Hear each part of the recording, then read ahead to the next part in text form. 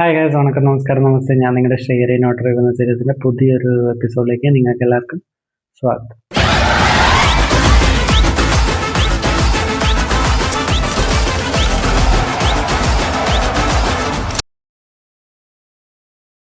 So ഇന്ന് ഞാൻ പറയാൻ പോകുന്ന സിനിമയുടെ പേരാണ് കൃഷ്ണദാസ് മുരളി ഡയറക്റ്റ് ചെയ്ത, സൈജു കുറുപ്പ് പ്രൊഡ്യൂസ് ചെയ്ത ഭരതനാട്യം എന്ന് പറഞ്ഞൊരു സിനിമ ഉണ്ടായിരുന്നു. എനിക്കൊന്ന് 2023-ോ 4-ലോ ഇറങ്ങിയൊരു സിനിമയാണ്. അന്നത് വളരെ ശ്രദ്ധിക്കപ്പെടാതെ പോയി. എന്നാൽ OTT-ൽ വന്നപ്പം ഭയങ്കര പോസിറ്റീവ് റിവ്യൂ കിട്ടിയൊരു സിനിമയായിരുന്നു ഭരതനാട്യം. ഞാൻ OTT-ൽ കണ്ടതാണ്. അന്ന് ഞാൻ OTT കണ്ടപ്പോൾ തന്നെ ഞാൻ ഭയങ്കരമായിട്ട് എൻജോയ് ചെയ്ത്. അന്ന് നമുക്ക് ഇത്രയും ഒരു ചാനലോ സംഭവം ഒന്നുമില്ല. അപ്പം അന്ന് നമ്മൾ ജസ്റ്റ് വാട്സപ്പിൽ ഇതിൻ്റെ ഒരു റെക്കമെൻഡേഷൻ പോലെ ഇട്ടെന്ന് എനിക്ക് ഓർമ്മയുണ്ട്. സോ അതിൻ്റെ സെക്കൻഡ് പാർട്ടെന്ന് അനൗൺസ് ചെയ്ത സമയത്ത് ഞാൻ സത്യം പറയാൻ വിചാരിച്ചു, കാരണം ഭരതനാട്യം എന്ന് പറയുന്ന സിനിമ നല്ലൊരു എൻഡിലാണ്, ഒരു നല്ലൊരു മോഡിലാണ് എൻഡ് ചെയ്തിരിക്കുന്നത്. എന്തായിരിക്കും അതിൻ്റെ ബാക്കി, അല്ലെങ്കിൽ ഇനി ഒരു ഹൊറർ ബേസിൽ വല്ലതും പറയാനാണെന്നൊക്കെ ഞാൻ ചിന്തിച്ച ഇതിൻ്റെ ഫസ്റ്റ് അനൗൺസ്മെന്റ് എന്ന സിനിമ ഞാൻ ഇന്നലെയാണ് പോയി കണ്ടത്. കിഡിലായിട്ട് ഇഷ്ടപ്പെട്ടു. ഇത് പ്രോപ്പറായിട്ട് പറയാന്ന് പറഞ്ഞാൽ ഒരു ഫാമിലി കോമഡി ക്രൈം ഡ്രാമ, അതാണ് സംഭവം. ഇതിൻ്റെ കഥ ഞാൻ ഒരുപാടൊന്നും പറയുന്നില്ല, ജസ്റ്റ് ഒരു കുഞ്ഞു കഥയായിട്ട് പറഞ്ഞാൽ, ഒരു ക്രൈമിൽ അകപ്പെട്ടു പോകുന്ന ഒരു കുടുംബം ആ ഒരു ക്രൈമിൽ നിന്ന് രക്ഷപ്പെടാനും ആ ക്രൈം ഒളിപ്പിക്കാനും അല്ലെങ്കിൽ അതിൽ നിന്ന് രക്ഷപ്പെടാൻ ശ്രമിക്കുന്ന ഒരു കുടുംബത്തിൻ്റെ ശ്രമങ്ങളാണ് ആക്ച്വലി ഈ സിനിമയിൽ നമുക്ക് പറഞ്ഞു തരുന്നത്. അത് നല്ല വൃത്തിക്ക് എല്ലാവരും ചെയ്തിട്ടുണ്ട്. ഇതിൽ ഭരതനാട്യം എന്ന് പറയുന്ന സിനിമയിൽ അതേ കാസ്റ്റ് റെപ്ലിക്കേറ്റ് ചെയ്ത് നമുക്ക് ഇതിനകത്ത് വരുന്നുണ്ട്. അതുകൂടാതെ സുരാജ് ഏട്ടൻ, ജഗദീഷ് ഏട്ടൻ, അതേപോലെ ബേബി ജീൻ്റെ ക്യാരക്ടർ എൻ്റെ അമ്മു, ഞാൻ കുറേ ഹൈപ്പ് കണ്ടായിരുന്നു. കാരണം ഞാൻ ഇൻസ്റ്റ അതേപോലെ യൂട്യൂബൊക്കെ നോക്കുന്ന സമയത്ത് ഭയങ്കരമായിട്ട് ഹൈപ്പ് ചെയ്തതിനെ ഈ ക്യാരക്ടറാണ് ഇതിനകത്ത് ഏറ്റവും കിടലൻ ക്യാരക്ടർ എന്നൊക്കെ പറഞ്ഞു. പക്ഷെ സത്യം പറഞ്ഞാൽ ബേബി ജീൻ്റെ ക്യാരക്ടർ അതിനകത്ത് പറയുന്ന ഡയലോഗ് ആണെങ്കിലും അതിനകത്ത് പുള്ളിയുടെ ഒരു മാനറിസംസ് ആണെങ്കിലും പുള്ളിയുടെ ക്യാരക്ടർ തന്നെ അങ്ങനെയാണ്. അത് പിന്നാണ് നമ്മൾ ഒരു സെക്കൻഡ് ഹാഫിലാണ് നമ്മളോട് പറഞ്ഞു തരുന്നത്. ഇതേപോലെ ഒരു ക്യാരക്ടർ ഫസ്റ്റ് ഹാഫിൽ ഉണ്ടായിരുന്നു. അപ്പം ആ ഒരു ക്യാരക്ടറിൻ്റെ ഇൻട്രൊഡക്ഷൻ ഒക്കെ ഉണ്ട്.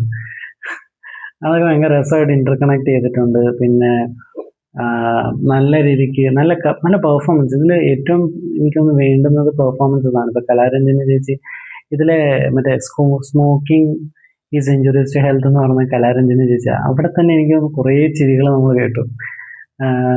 അതേപോലെ അത് കഴിഞ്ഞിട്ട് പെർഫോമൻസ് വൈസ് ആണെങ്കിലും ഇപ്പോൾ കലാരഞ്ജന ചേച്ചി ആണെങ്കിലും സുരാജ് ഏട്ടനാണെങ്കിലും അതേപോലെ എന്താ പറയുക, പിന്നെ അങ്ങോട്ടുള്ള ബേബി ജീനും സൈജു കുറുപ്പേട്ടൻ, ഇവരെല്ലാവരും തകർത്താടിയിട്ടുണ്ട്. എനിക്ക് തോന്നുന്നു ഫസ്റ്റിൻ്റെ ഒരു ക്ഷീണം അല്ലെങ്കിൽ ഫസ്റ്റിന് കിട്ടാതെ പോയ വിജയം തീർച്ചയായിട്ടും സെക്കൻഡ് അതും കടന്ന് ഒരു 3 ഇരട്ടി കിട്ടും എന്നാണ് എൻ്റെ ഒരു തോന്നൽ. കാരണം ഞാൻ ഇന്നലെ സിനിമ കണ്ടപ്പം, ഞാൻ ചെന്നൈയിലാണ് സിനിമ കണ്ടത്, ഫുള്ളായിരുന്നു സിനിമ. ആൻഡ് എനിക്കൊന്ന് സിനിമ സ്റ്റാർട്ട് ചെയ്ത സമയത്ത്, അല്ലെങ്കിൽ എനിക്കൊന്ന് 10-ാം തീയതി സംതിങ് ആണ് റിലീസ്, 10-ാം തീയതി ആണെന്ന് തോന്നുന്നു റിലീസ് ചെയ്തത്. അന്ന് ഒറ്റ ഷോ മാത്രമേ ഉണ്ടായിരുന്നുള്ളൂ. ഇപ്പം ഞാൻ ഇന്നലെ പോയി കണ്ടെടുത്ത് 4-5 ഷോ ഉണ്ടായിരുന്നു. അതിൽ 3-ാമത്തെ ഷോയ്ക്കാണ് ഞാൻ പോയത്. And it was house full, literally house full ആയിരുന്നു തിയേറ്റർ. ആൻഡ് ഒരുപാട് ചിരികളും, നമ്മൾ അങ്ങനത്തെ ഒരു ഓഡിയൻസിനെ കൂട്ടിരുന്ന് കാണുമ്പോൾ നമുക്കും ഒരു ചിരി വരും. കുറേ സംഭവങ്ങൾ ഇതിനകത്തുണ്ട്. ഇതിൽ മറ്റേ പഴയ ഒരു വില്ലനായിട്ടൊക്കെ അവതരിപ്പിക്കുന്ന ഒരു രഞ്ജൻ എന്നാണെന്ന് പുള്ളിയുടെ പേര്, പുള്ളിയുണ്ട്. അതേപോലെ ഭീഷ്മപർവത്തിൽ മമ്മൂട്ടിയുടെ ചേട്ടനായിട്ട് അഭിനയിച്ച ആ പുള്ളിയുണ്ട്. മറ്റേ വരുത്തണ്ണാത്തൊക്കെ ഉള്ള, പിന്നെ ബാലേന്ദ്രൻ ചുള്ളിക്കടുത്തവരുണ്ട്. ഇതിൻ്റെ കോൺസെപ്റ്റ് ഒരു ഇച്ചിരി കുഴപ്പം പിടിച്ചൊരു കോൺസെപ്റ്റാണ്. അത് അങ്ങോട്ടോ ഇങ്ങോട്ടോ പോയാൽ അത് ഭയങ്കരമായിട്ട് ചർച്ച അല്ലെങ്കിൽ ചർച്ച ചെയ്യപ്പെട്ടാൻ ഒരു ടോപ്പിക്കായി പോകാനും, പക്ഷെ നല്ല രീതിക്ക് തന്നെ കൈകാര്യം ചെയ്തിട്ടുണ്ട് എൻ്റെ ഡയറക്ടർ. ഇതിൻ്റെ സ്ക്രിപ്റ്റ് റൈറ്റർ ആണെങ്കിലും നല്ല രീതിക്ക് തന്നെ കൈകാര്യം ചെയ്തിട്ടുണ്ട്. നല്ലൊരു സിനിമ നല്ല രീതിക്ക് എടുത്തിട്ടുണ്ട്. പെർഫോമൻസസ് ആണെങ്കിലും വിനയ് ഫോർട്ട് ഇതിനകത്തൊരു ക്ലൈമാക്സിനോടെ അടുപ്പിച്ചാണ് വിനയ് ഫോർട്ട് വരുന്നത്. വിനയ് ഫോർട്ട് കിടലായിട്ട് ചെയ്തിട്ടുണ്ട്. മൊത്തത്തിൽ നല്ലൊരു ഫാമിലി ക്രേസി റൈഡ് എന്നൊക്കെ പറയുന്നത്. കാരണം ഇതിനകത്ത് നമ്മൾ ചിരിച്ചു പോകും. ചിരിച്ചു കഴിഞ്ഞിട്ട് നമ്മൾ ആലോചിക്കുമ്പം അപ്പം അത്ര ചിരി വരുന്ന ഒരു സീനല്ല. നമ്മൾ തന്നെ ആലോചിക്കും. അപ്പം അങ്ങനത്തെ ഒരു നല്ലൊരു കിടിലൻ പടമാണ് മോഹിനിയാട്ടം. ഭരതനാട്യം 2 മോഹിനിയാട്ടം.